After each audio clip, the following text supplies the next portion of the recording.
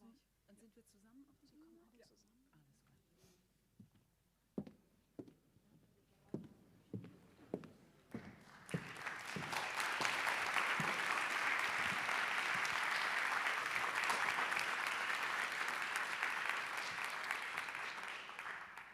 Ein ganz herzliches Willkommen zu diesem Mittag im Hau. Mein Name ist Sheila Behjat. Ich habe die große Ehre, Sie heute durch den Tag zu führen. Und bevor wir mit diesem sehr wichtigen Thema Jiyan, Azadi, Woman, Life, Freedom beginnen, würde ich bitten, dass wir einen Moment der Ruhe einnehmen für die Erdbebenopfer. And I will repeat that in English. A very warm welcome from my end to this very, very important event at HAU Berlin. My name is Sheila Behjat, and I will be guiding you through this event today. And we would like to start this event with a moment of silence for the victims of the earthquakes. Our hearts go out to the families who lost their loved ones. Thank you.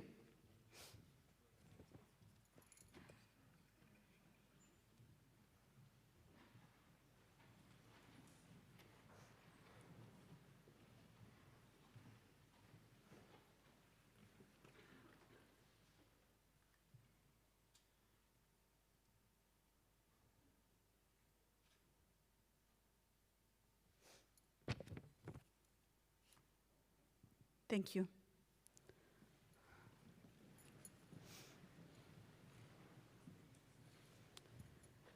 And now I would like to call to the stage for the official welcome of this event, Marieke Rissenbeek from Berlinale, Annemie van Ackere from HAU,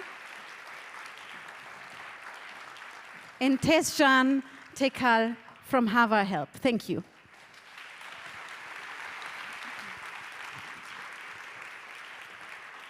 Thank you very much. I'm a bit moved because you all stood up when we asked to keep silent in memory of the victims of the earthquake. It's sometimes difficult for the Berlinale to really include all these things which happen in the world, and sometimes it's almost too much in an emotional way.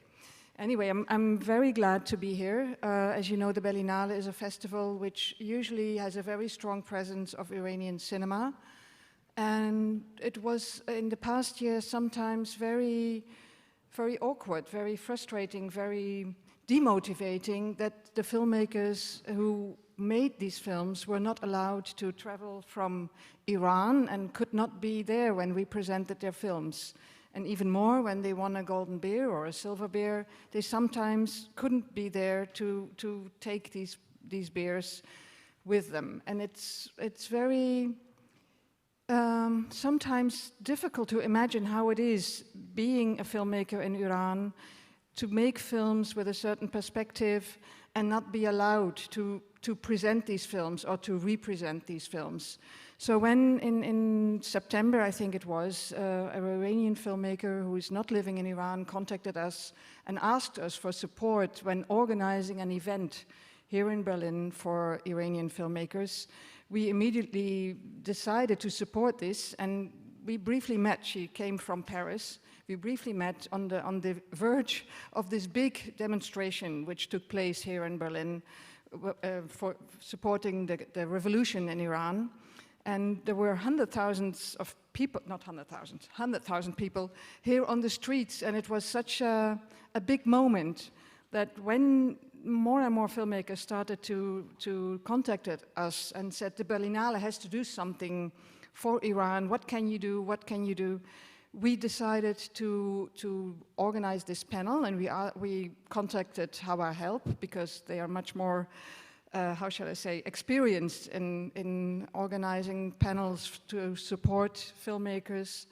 So Hava Help, thank you very much for supporting us. And even much closer to the event, we contacted HAU, Annemie van Ackere, and asked HAU if we could organize the event here. So thank you to Annemie van Ackere.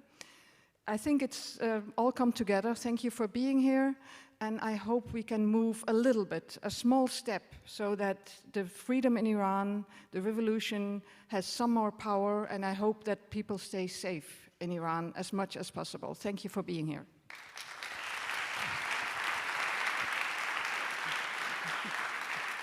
Hello. So I'm the director of the Hou Hebben am Ufer. In a couple of hours also the Berlinale talents will start here. So there's a long year cooperation between Berlinale talents and our theater. And I think it's not by chance that it is like this. I think we share a conception of what art can do, what art can be. And I'm very happy that you called me, Mariette, and that we can have this panel. Maybe just a word about this venue that I have the chance to lead since 10 years. And after me, there will be wonderful people too. Not saying that I'm wonderful, this was stupid. Just to say, this is a very interdisciplinary venue from people coming from abroad, or actually specifically from Germany. This is not a theater with an ensemble. We work with very many interdisciplinary artists, also in an international realm. And that's why I think also we fit in the ideas of working together with the Berlinale. You see, I have something in the hand. We are a theater that is not only presenting dance and theater and music, but also have a strong discourse program. And since a year, we have this series called On Violence. The first session was with Elsa Dorlin, a French philosopher who wrote an important book about self-defense and patriarchal violence. And the number 5 of On Violence was just 12 days ago with the title Iran, a Feminist Revolution and Beyond. This was, for me, also a very important moment. There were 2 filmmakers. I have a little bit of a note so that I don't mess up the names. There were 2 filmmakers also on the panel, showing that the film is such a strong art form in Iranian culture. It's Shoura Makarami and Bahar Nourizadeh from Canada.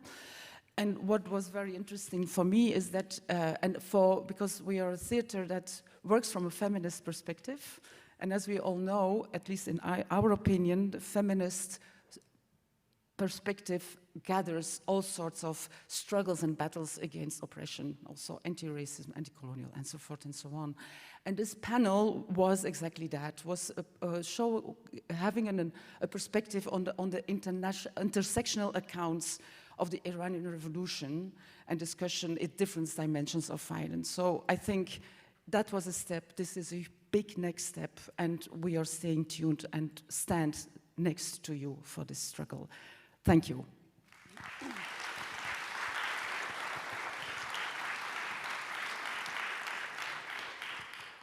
Yeah, thank you very much.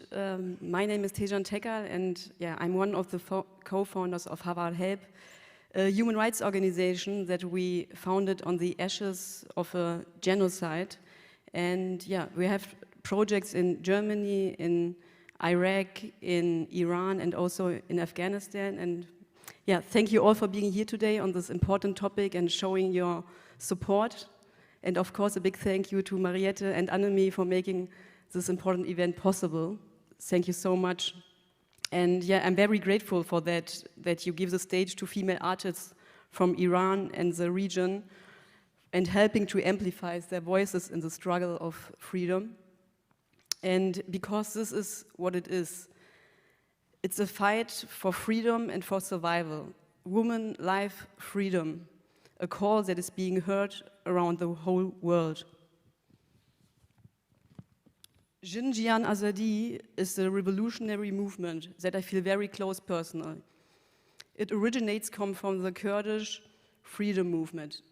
I am Kurdish, I am Yazidi. And you might remember the heartbreaking images of the Yazidis fleeing across the Sinjar mountains. Many lost their lives, thousands lost their homes. Women and children were taken as sexual slaves, and young boys were taken as child soldiers.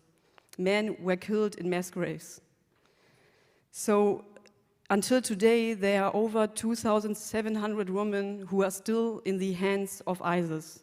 Until today, we don't know where they are, if they're dead or if they're alive, and how worst or how bad feeling is it as a mother, as a brother, as a father to don't know where your daughter is. And we are 1 million Yazidis worldwide, and 400,000 are living in IDK camps right now. So what I did together with my sister Düzen Tekay was to document what was happening to our people in Iraq when this genocide happened in 2014. The camera became our weapon, and we released two documentary films, one about the genocide and one, of course, about the power and the strength of the woman who survived, the women who don't want to be victims anymore. And of course, I will never forget the destruction, the fear in the children's eyes, the women's stories of rape and murder. I met young girls who showed me pictures of them when they were 12 years old, and they were in the hands of ISIS for about 3 years. And they also got pregnant 2 times, gave birth to 2 children, and then they fled and left their children there in the hands of ISIS. And yeah, I was so impressed about this because she stood in front of me and was still so powerful and not giving up. So not to follow and not to go on was no option.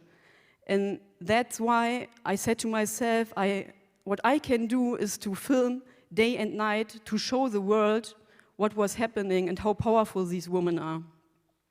So we needed to make the world see, and we did. And when we then heard the call again, Jiyan, Azadi, in September 2022, of course we were taken back to the genocide in 2014.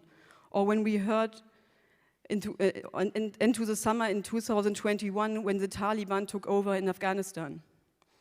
Jina Mahsa Amini died because she was a woman. She also died because she was from a Kurdish minority, a group that has been persecuted in Iran for centuries, along with the Baha'i, the Baluchis, and many other religious minorities in this region.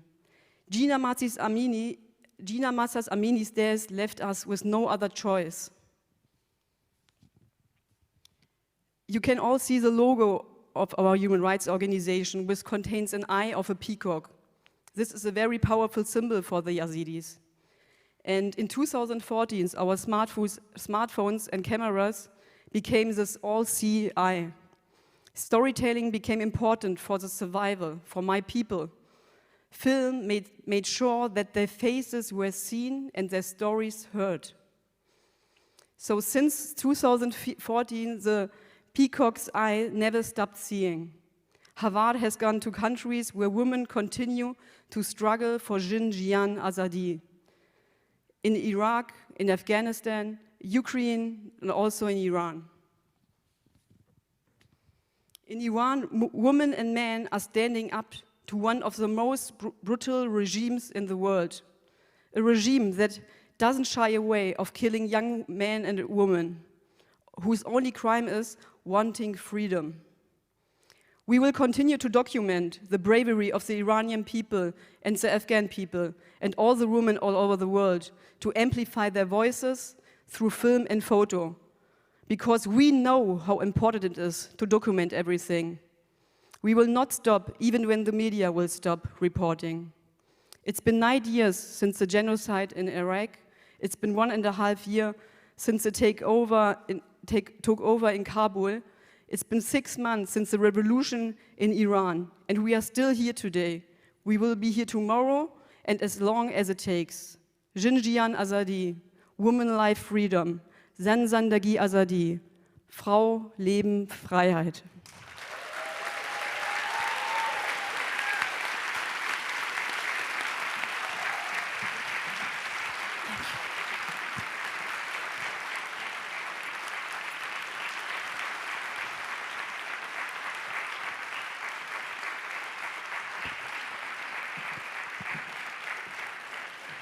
Thank you so much for these welcoming words, for framing also what we want to discuss today. It's actually really spanning the importance of this slogan, of this claim of Jiyan Azadi across the world, and also, of course, from Iranian women all through society and all parts of life.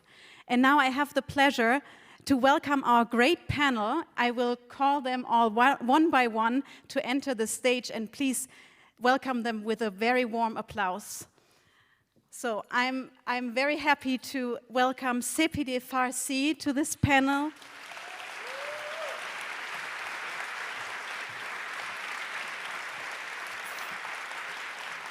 Farzad Pak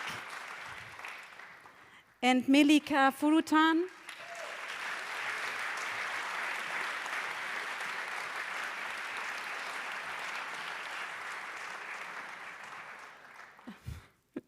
Melika Furutan and Yasmin Tabatabai.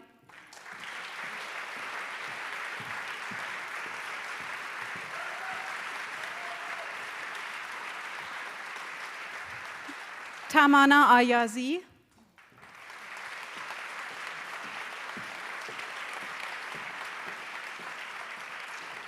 Sübeyde Bulut.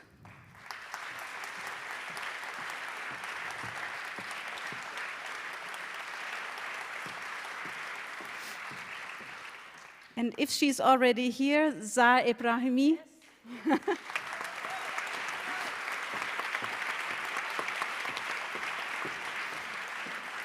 And Sarah Tesmi. Thank you.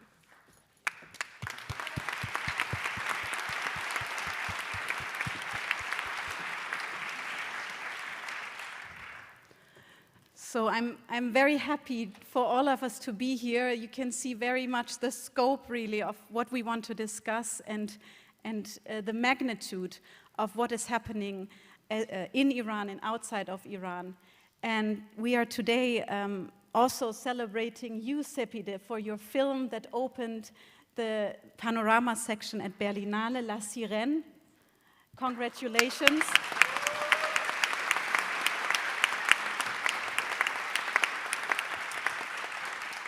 And maybe we can start with this, because the story really takes us back to the Iran-Iraq war. And you made a point about why it's important also today to come across again this phase in Iranian history, and what's the importance for today.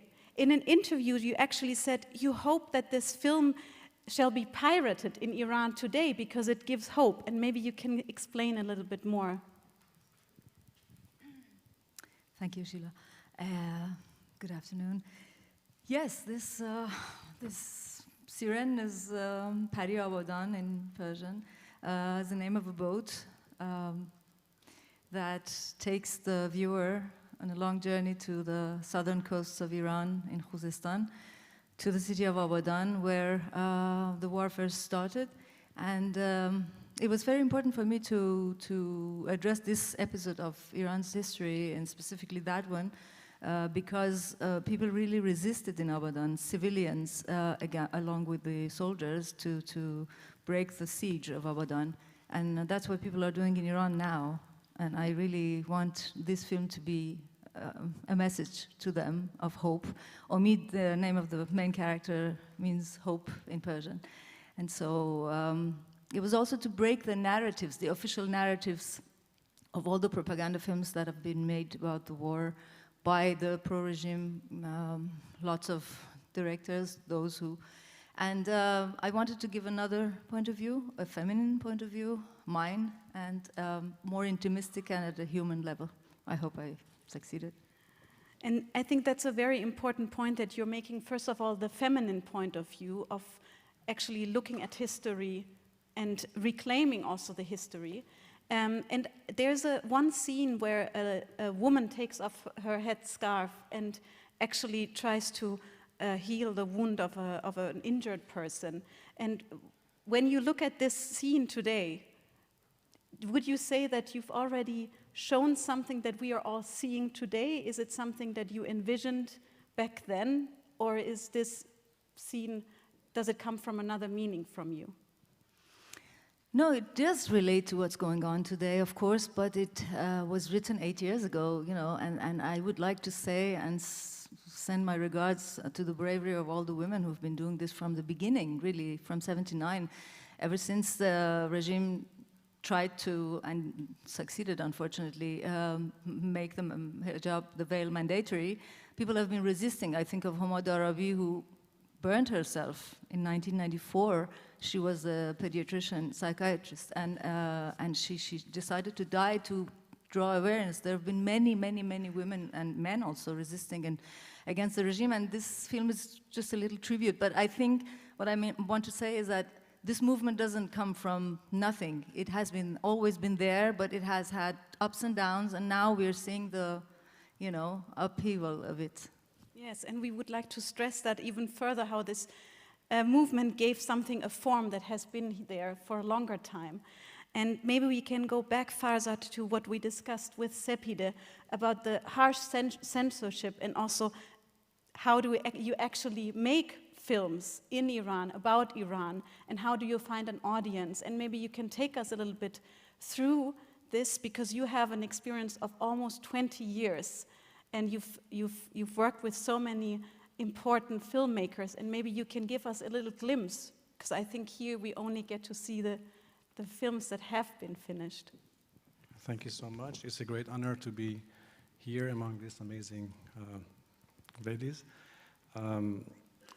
Well, I think growing up in a country after the revolution, we discuss this usually within our friends. We are the generation of the revolution, so we grew up from the childhood with limitations. We had to censor ourselves. We had to show that we are somebody else. We could not express freely who we are. Then, within this situation, we had to find our ways within the limitations. At a certain point during the course of the history, we have to act in a different way. We had to vote. We have to hope for the reforms in Iran. We have to go through different things. But at a certain point, you realize that the reforms in a totalitarian structure doesn't really work. Then, within this society, then there is always hope, and I think this is the main thing that drives us to move on, to produce films underground, and despite the pressure of the systematic pressure of the regime. And I would like to emphasize on this important fact that, what is the role of the artist or a filmmaker in such a situation? Because in a usual democratic situation, you're allowed to express your feelings, but in a society when the cultural institution, the social institution, unions, it's all forbidden, then there is no any other way to represent yourself. Then in this time, the role of artists and filmmakers are very important to shed light on the dark side of the society, and this is what we have been trying to do, and I have to say that it's been increasing, and people in Iran and those who I know within the film industry, there is a great empathy within them, if I can give an example of There Is No Evil, for example, all the cast and crew, we were very honest with them. They wanted to take part in the film, and they accepted all the possible risks involved. But the thing that I wanted to emphasize that is because there's always this question between the colleagues: should we do a political act? Is an artist should be a politician or necessarily? But I think if we can call ourselves artists, there's a very thin line between showing what is going on in the society and being a political activist. We do not necessarily have to be a politician, but we have to show what is going on in the society.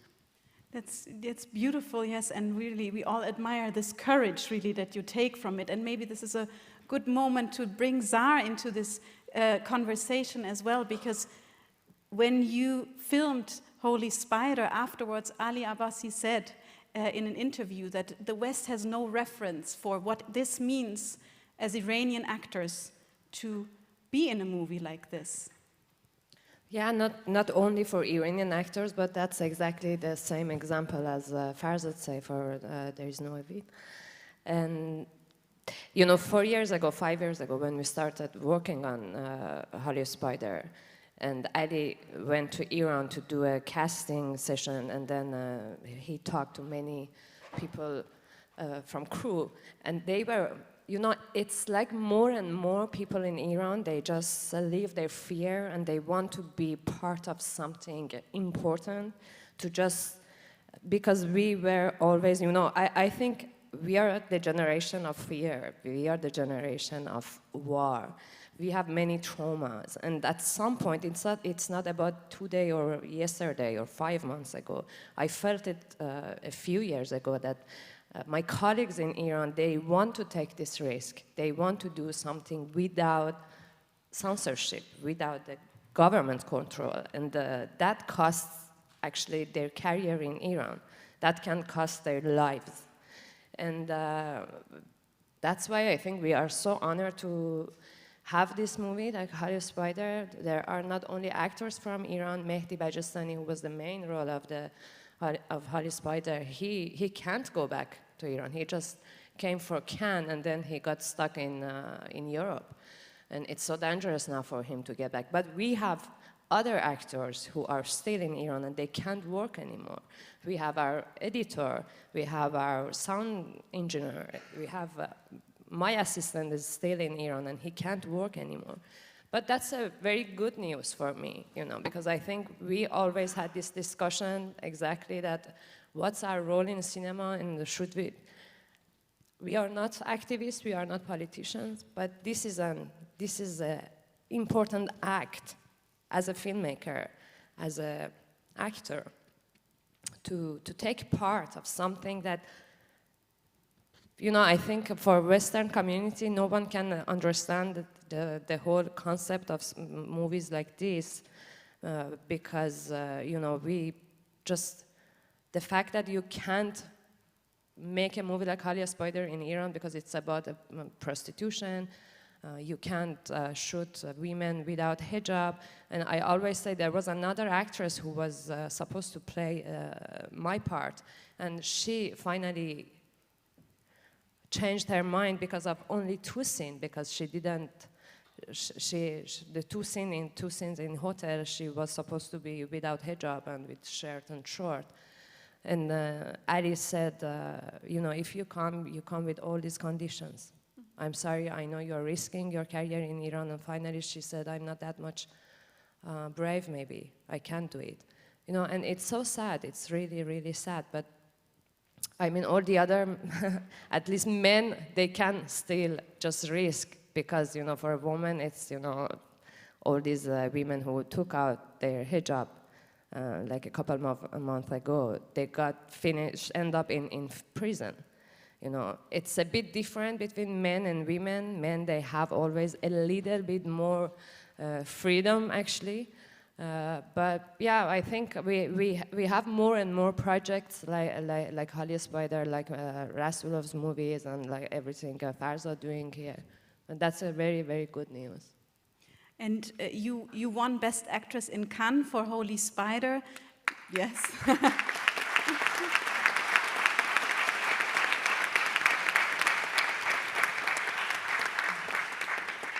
And the BBC also named you one of the most inspiring and influential women of the year of 2022. And I was wondering, also along the lines of what I asked Sepide, now that you have the backdrop of what is happening today in Iran, you probably also come to this conclusion that this spirit that you were showing in Holy Spider was the same spirit that we are seeing in Iran, or that it is more clear now, today. It's not something that just happened overnight in September. It's something that has been there for a longer time. Yeah, that's right, but I have to say, after Gina Mahsa Amini got killed, and this uprising, actually I started to watch this movie in another way. My character as the journalist, I was always looking for a role model of this character in that society, and I never found it like we have in this movie. But now, yeah, exactly, I can't just say that there are thousands and thousands Rahimi in the streets of Iran who are risking their life for freedom. But you know, now I just would love to talk about this movie, the movie that I have here in Berlinale, 7 Winters in Tehran. It's a documentary about Reyhan Jabbari, who got executed in 2014. And you know, she got arrested in 2007 because of a rape story, because of self-defense, because the guy who wanted to rape her, he was a person very close to security service in Iran. And this girl, Rehane, was for me always was a big source of inspiration. She never, you know, she stood up for herself, for her dignity, and she never collaborated with this system. She stayed in jail for 7 years, and then in the end she got executed. She could always say that this guy didn't want to rape me, or, you know, somehow collaborate with the system for her life. And that's why, you know, I think this movement was always there, you know, from the revolution. We have just the day after revolution, we had all these women who came to the street and they were just protesting against this system of hijab and Republic Islamic. And, you know, I think it's under, as Golshifte said in the opening night, it's under our skin, you know. And because of all those pressure that we had all these years and all these person examples that they got together, I think this, you know, it can't continue like this. We need to change it. And this new generation, I think they didn't grow up with war, they didn't grow up with revolution, they don't have our fears. And, you know, courage is, like, you can pass your courage to the other one. And I think just watching this new generation makes me more brave, maybe, or you know, and yeah. Thank you. I think there is no way that, you know, we get together finally. We are now kind of hand in hands, and I think this is a very unique time in our Iranian history. I never saw men and women this much hand in hands and fighting for their freedom, and that's really beautiful, and I'm so optimistic.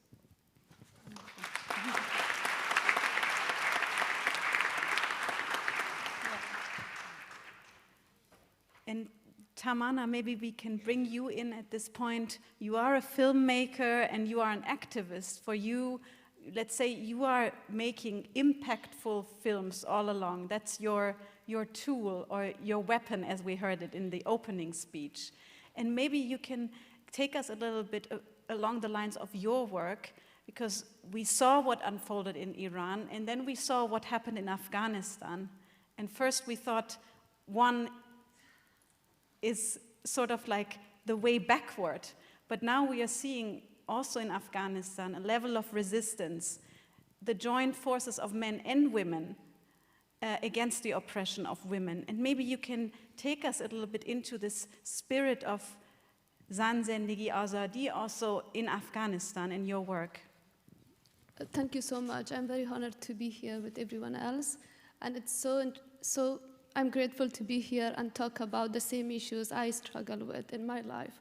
And whatever we talk about today, it's not headline, it's not news, it's more than that, it's what we live every single day. And yeah, when I started making films, it was not a choice, to be honest. It was not that, okay, I was very excited to make films or be a filmmaker. It was chosen for me. I felt powerful. I found a platform, and then I was like, why not just go with it and use it for your people, for yourself, for your family, your nieces, and the next generation. Yeah, the films I work on and worked so far, everything is very personal. It's not that I was only a filmmaker, so it was happening in my life, all these high, low moments, and then I was making the film. At the same time, I was a woman, and I was making films about women. So basically, everything was going with each other, and maybe that's what gave me more courage, more power to do what I'm doing. And today, I can say that now it is a choice to make films. And what was happening in Iran really inspired people in Afghanistan and women in Afghanistan after Taliban took over. The day I was still in Kabul when Taliban came to power, women went out on the street. I was still filming my latest documentary.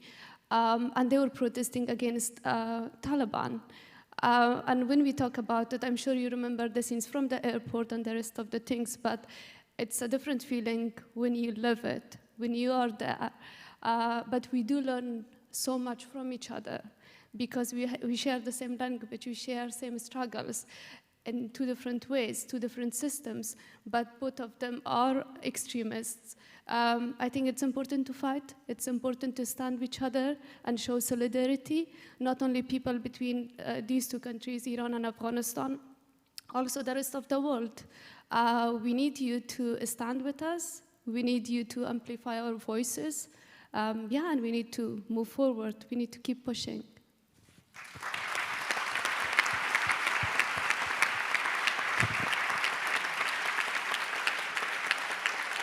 Thank you so much. I think these words were very important, how really we have so many things that also are connecting and inspiring each other, because that's actually also that I think that everybody who's involved in this has this impression that how much inspiration one gets from the other. So thank you so much for this, really.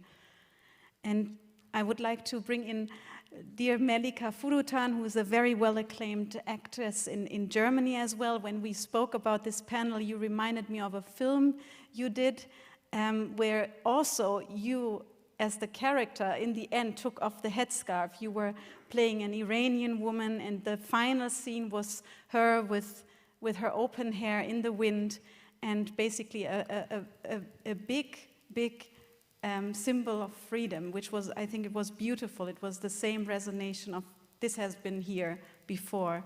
And I was wondering, because we've seen you also at Berlinale so active and involved, could you say what your bigger motive is in being involved in this? Is it that you have Iranian roots, or is it that you, as an actress, as a creative person, as an artist, you feel the need to be involved in societal change? I was born in 1976 in Iran, in Tehran, and my father was a leftist. He was sympathizing with the Tudeh party, and we had to flee the country in 1983. So being part of an exile Iranian family, I think this is the most influential thing in my life. So first and foremost, when I speak about the motives to talk about the topic of the Iranian Revolution, I think it stems from being an Iranian woman and have a deep connection to Iran and to the people of Iran, and I have still a lot of family living there. But as an artist, I feel the need, and I have the opportunity to leverage a platform as the Berlinale, or as the many stages, theater stages we have in Berlin, who opened the doors for hosting programs about Iran. I use this platform as an artist to raise awareness for Iran, for the fight of the people, for the suffering of the people. But not only for that, because it is a very strong feminist movement going on there, and it's getting broader and intersectional. It aligns like anti-racism, multi-ethnicity, religious and non-religious plurality, female and male power together, and it's a strong need to spread awareness for this movement. It is extraordinary what's going on there. So I use my platform as an artist for this too. And I think as artists also we can expand the cognitive and political dimension of this revolution towards a cultural redefinition of how a society we love and we want to be part of should be. Like, for example, Shervin Hajipur did with his song Baraye. I mean, he put tweets together from how people in Iran want to live. It is for dancing in the streets. It is for the fear of kissing. It is for the imprisoned intellectual elite. It is for the freedom of mind. It is for the girl who wants to be or who wishes to be a boy. And I think our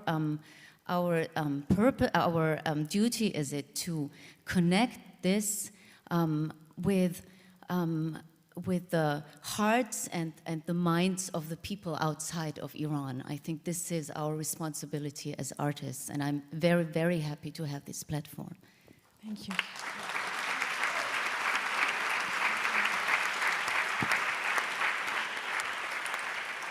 And one thing I have to mention, that it is very easy for us artists here in Germany to walk over a red carpet with a banner, or to host an evening about Iranian lyrics or poetry and music in a nice theater, in comparison to what the artists in Iran actually do. And I think this is bravery, and we are obliged to make this visible.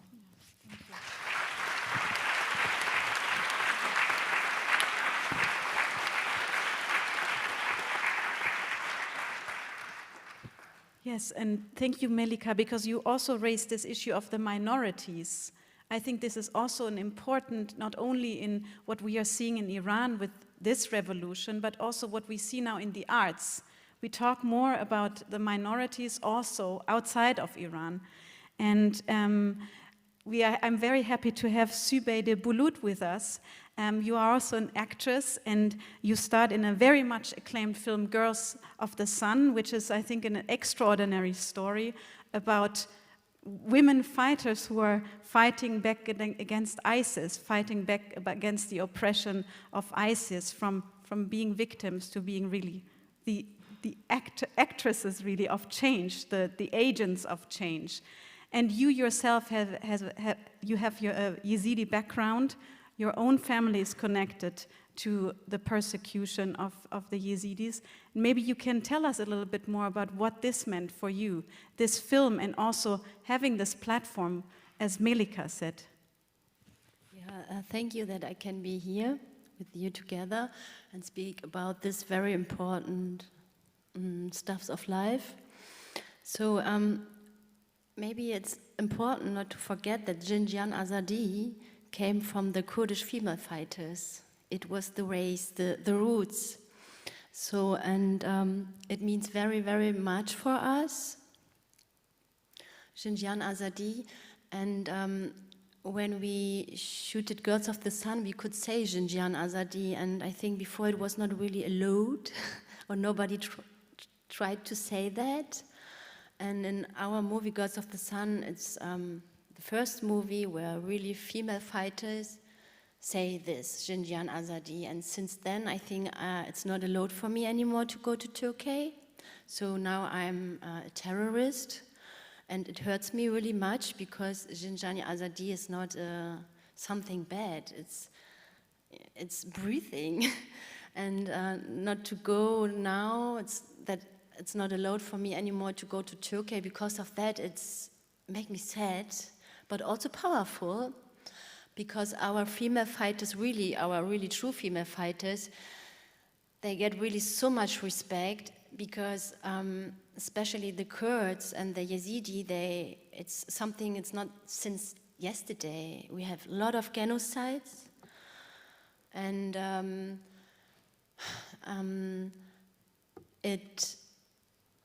it's wonderful that now the world knows something about Jiyan Azadi. What is that? And everybody can say it now without to go to the prison now. So it's possible to say it, and it's wonderful. It gives a good feeling. Thank you.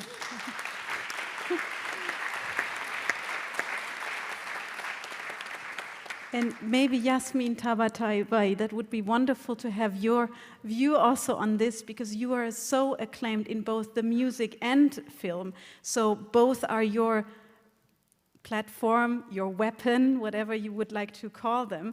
And I would really know maybe from you, did this form that we have now with the slogan, with what we're seeing in Iran, change for you as an actress what you are doing and what you are choosing to do in the arts? Or was it there before for you as well? I think it's the perfect slogan, the best slogan in the world. It is just, you know, it's like, just sums up everything. Respect women, respect life, and respect freedom. And that's all we need.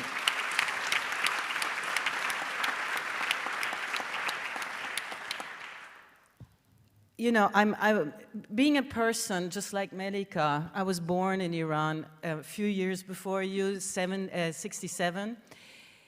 But it means that I have a very vivid and clear remembering and memory of the time of the revolution, because I was 12 years old. Of course, it has changed my life forever.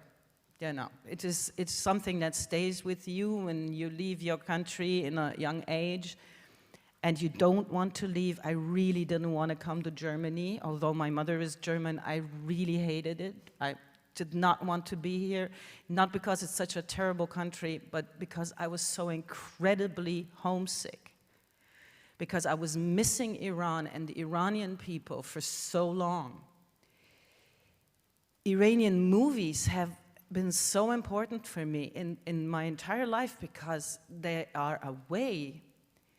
were a way of connecting me with the Iranian people, of staying connected and feeling them. And I am in awe and admiration for the artists in Iran who have always managed to make the best movies through terrible censorship and with the very, very limited things. And I remember, for example, very clearly when I saw Badkonak Sefid, I was like, in a way, I was so humbled because I knew then right away, probably I will never be in a movie that is so good, like the one that I see from the country that I fled from, where people are doing it with so limited, they have so much less possibilities than we have here. And it's so it was, and why is art so important? Why are movies so important? In a way, because it helps me connect to the people, and it helps me staying connected to them, seeing them. But I think it's also because what artists usually try is to tell the truth. And this is what dictatorships are so afraid of. And this is why they come after the artists first and the journalists first. And why? It's because they try to tell the truth, they try to discover the truth, and they also, on another level, help people to dream. And this is what dictatorships are so afraid of. And then there's another thing, considering Iran, I can't wait for all these stories to be told. There are so many stories that could not be told inside of Iran because of the censorship, and I think it'll be a very, very important thing to heal a lot of traumas that happened. Like we tried to do in a movie I made a couple years ago called Mitra, that was this based on the true life story of the director Kaveh Modiri, who lives in Netherlands, and it was the story of his sister who was a mujahid and who was executed at 19 years old in 1982. And he always said he was always imagining what would happen if his mother would one day, if they would find the girl, her best friend, Mitra's best friend, who betrayed her, who became a tabab and betrayed her and betrayed everybody that, you know, and I just, making this movie was so emotional because you could feel that everyone who was connected there, although most of them live outside of Iran, everyone is still so full of pain. And there's like, I always say Iranians are so, everyone walks around with an open wound. And I truly hope we will see the day when we can heal a lot of wounds by telling these stories that could not be told. Thank you.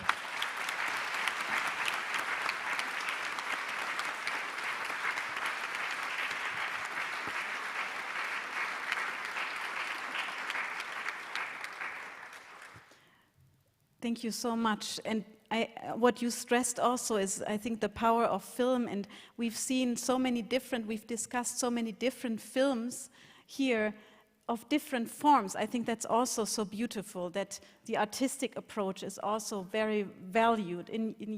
You're now having an animated film. Before you made a whole film about from your Nokia phone footage. It's so beautiful to have also this different approaches in the storytelling, which is so important.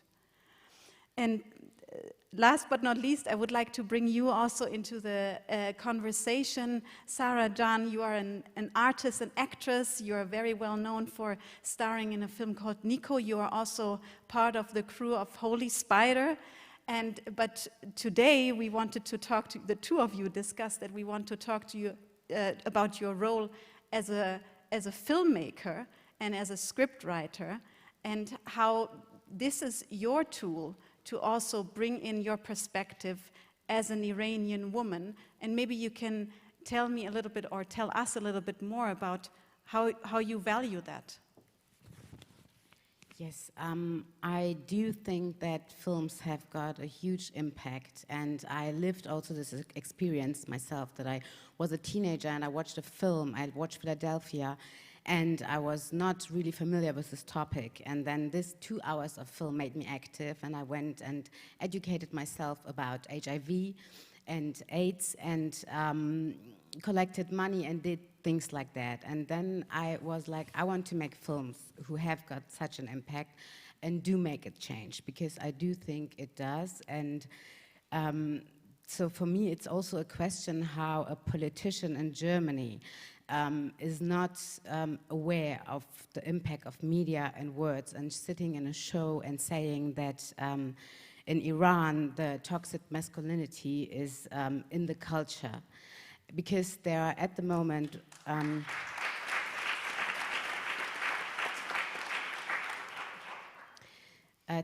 we see it is a female revolution, but these women have fathers and have mothers, and they educated them as well, and they are all going together on the streets, and the only weapon these people have is their lives, and they're using their lives for doing this. And this is a big question for me, especially because this person has experienced toxic masculinity in Germany himself. And this is what I think it's important to realize. Thank you. Yes.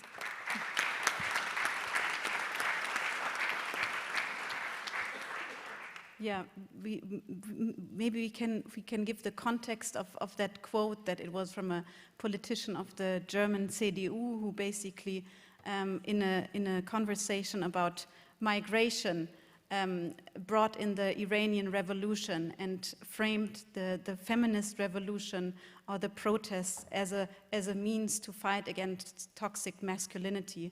And I think we all agreed that was absolutely inappropriate of him to say. Nevertheless, I think this female part that you brought in, and also how it affected you as an agent and in what you are doing, I think that's so interesting. I think what we are also seeing in when we look at Iranian film.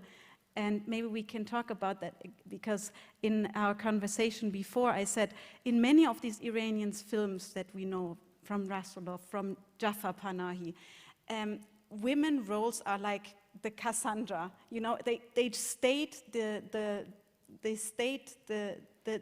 not only the obvious, but they state the truth so much it's inevitable. And maybe you can talk a little bit more about this importance of showing the female role in society in Iranian film and the films that you made and that you co-produced. You're also wearing the shirt, which is very wonderful. Yes. Well, I think, during the past years, we also had the opportunity to work with too many female directors. And I have to say that, as a person who has witnessed these different phases in the revolution and also in the history of Iran, women have always been in the front line. And in the demonstration, a few years back, now the movement on women's life freedom, and I think now with the growing trend of female, having the grounds to express themselves freely, in the society. So we will see a great potential for the women to express themselves freely. Unfortunately, this has not been possible during the past years because we had to deal with the censorship all the time. Women were not allowed to be themselves in our films, and we have been also a part of this censorship. But now this is a different area, it's in the history. We, right now that I'm talking to you, I'm aware of too many films that are being made underground by female film directors, by actors without the scarf, and I think this is something which is going on, and it's not definitely going back to where it was. Yes, yes. And Sepide, you also lived through that. After you've done Tehran Without Permission, which was this film with your Nokia phone, and you filmed in the streets, and after that you were basically not allowed to go back to work there anymore. And would you share that view that it has changed, and that there might be hope that things are changing for filmmakers?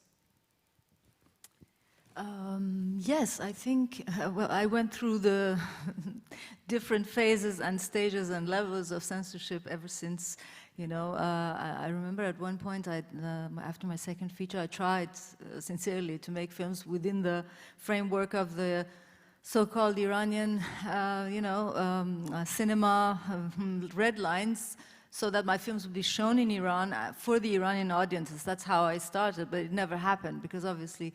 And one day I went to the Farabi Cinema Center to ask, to say, why is it that you're not issuing the permit for me to do my next film? And the person who had received me was, a man very at the height of his believed power. He said, but you're not one of us. Do you understand what I'm saying? If you were one of us, you could have made this film, but you're not one of us. And until you're not, you will not be allowed to make it. Is that clear? I was like, I'm not making the films you want. This is part of my history. And I think this is exactly the turning point. The pivoting point is that for years, the Islamic Republic and this regime has been trying to distribute the rights and the non-rights, like you're allowed to do this and you're not, and despite all the resistance, all the bravery that has been there, and they have divided people and they've made us believe that, okay, you do not have the right to come back to Iran, this is not your part of the cake, you have to do this, you don't have to, and I think the time has come and Iranians are doing it exactly, be they artists or civilians and activists, and just the Iranian woman and man on the streets, they are claiming back their rights, and we have to go with them and claim what is ours. This is it.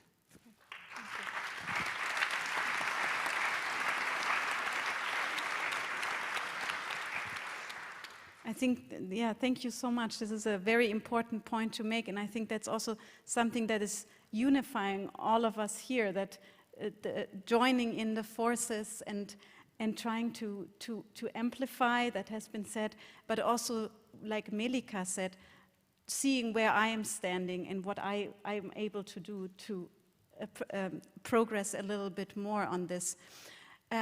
I would like to maybe bring in you again, Tamana, for the last maybe perspective, because I think that's something that you said before when we were talking, and that goes along the lines of what Sepide was experiencing. You said earlier to me, you're making these films and you hope and you wish that your people at one day will be able to see what you're actually doing, what you're making. It's always difficult to talk about it. I couldn't even breathe properly. Yeah, we make films. We make films that we care about, but we also want our own people to watch it. But unfortunately, I had to flee my country before finishing my film.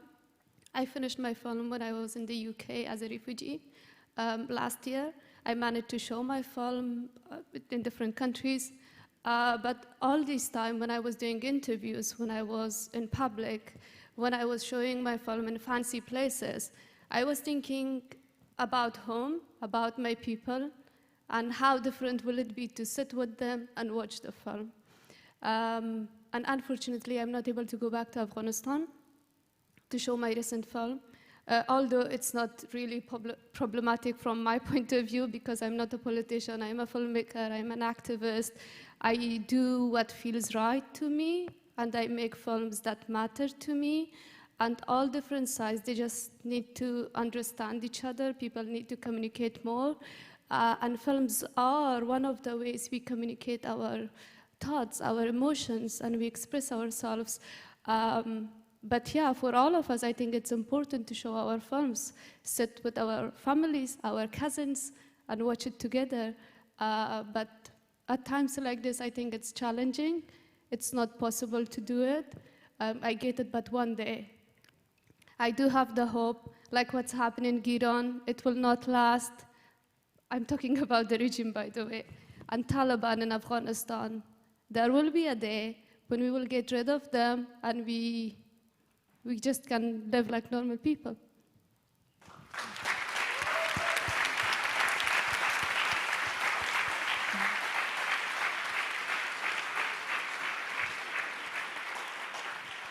I quickly want to refer to something Sepide says, because we sit here because we are one, the diaspora and the people in Iran.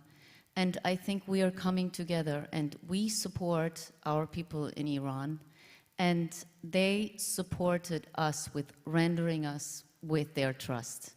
And I think we have to move on like this and become one. So I thank everybody who's here, and everybody in France and in America, in Britain, in Germany, all over the world, who tries to fight for the people in Iran. Because we are one. Yeah, I would love to add something before we finish.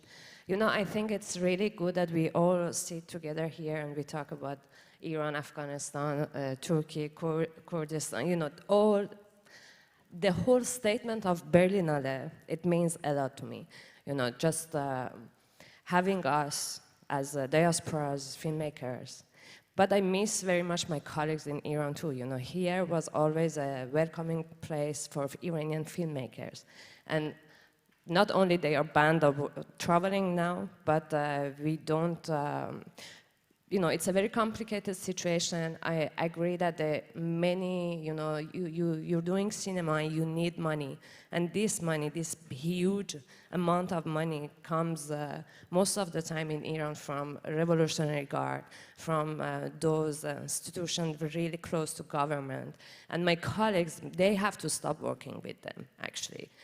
There is a turning point now, and this is the moment to stop working with them. But when I ask this, I have to bring up something new for them. I have to find a way for them to continue working. And this is my demand from all festivals around the world, from all funding around the world, you know, fundraising. I think we need to find a way to support them, to support the whole region, you know, to support the diaspora's movies, but not only diaspora, also people, Kurdish, Turkey, Afghanistan, you know, every people in this, filmmakers in this region, they suffer, but they try to overcome all these traumas that they lived all these years. So I think more than all these discussions, which is really, really good, we need to find a way to help them in an industrial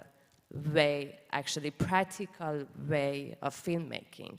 And this is really, I think, any of you, if you have something to offer, or to find a way to create another way of fundraising, or to help these filmmakers with money, with, you know, it's not about 10,000 euros, it's about a huge, huge, huge amount of money. And yeah, I just thought it's good to talk about this too, because it's not only that we have to be strong and not working with all collapsed system.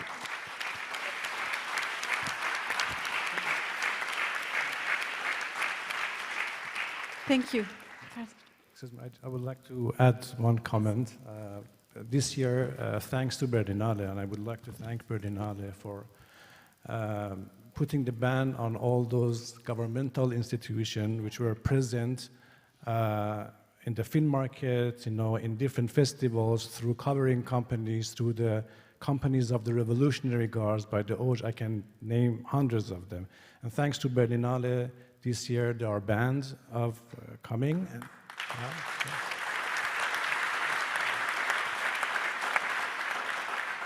and I think this is what we call a practical action. Petitions, panels, whatever are great, but it's now time to take some practical actions, not only on the cultural level, but on the political level as well. In this regard,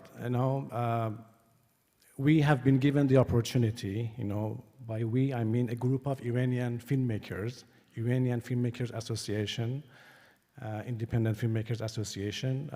We are now presenting Iranian independent filmmakers inside and outside Iran, with the main goal of supporting independent cinema. And we have been given the place, at the European film market for the first year, and we are present there, to be the voice of all these independent filmmakers. And I know that this is not limiting to Iran. We have the same situation in Turkey. Our colleagues are in prison in Turkey, in Afghanistan, in China, in all these totalitarian structures is the same. So I hope that this goes the same with the Cannes Film Festival, with the Venice Film Festival, to take some practical actions to ban and stop working with these governmental institutions who are helping the censorship.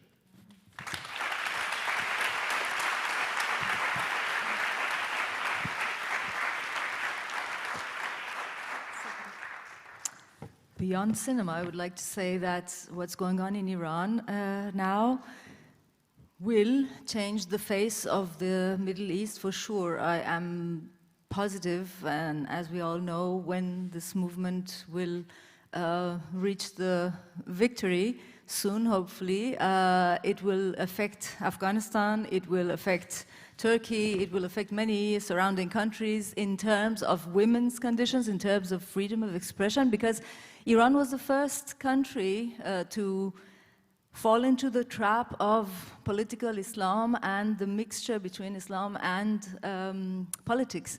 And I really believe that being the first country to really get rid of it for good will affect all the surrounding countries, and let's hope it's come soon.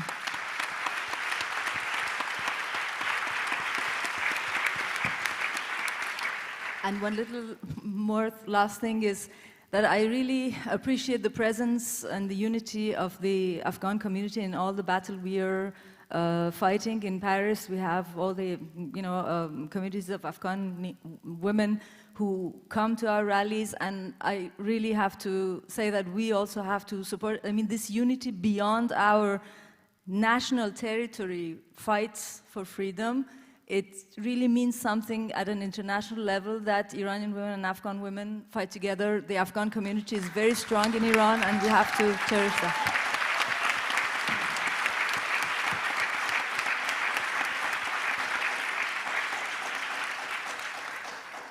And I just thought maybe it's a good opportunity now to, since this whole thing is also on the internet and stuff, to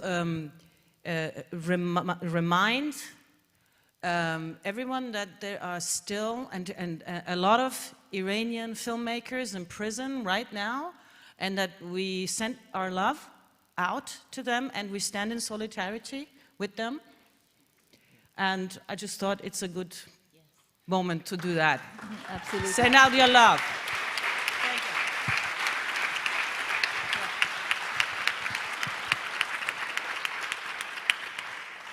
Well, thank you so much for this powerful panel. Thank you so much for everybody who has been here, who has contributed. Thank you, all of you. Maybe a big applause again for our wonderful panel.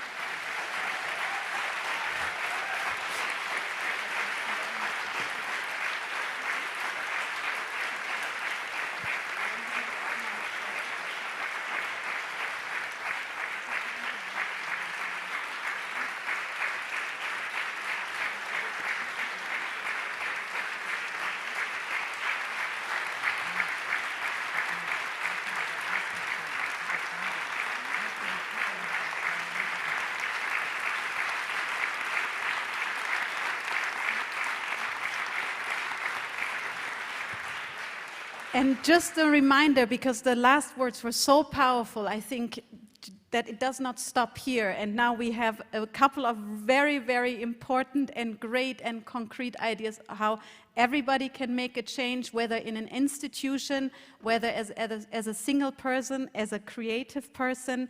I think it's important that we take this from this conversation, because this is actually, I think, at the heart of everyone who has been on this panel, that it does not end with the words. So thank you so much.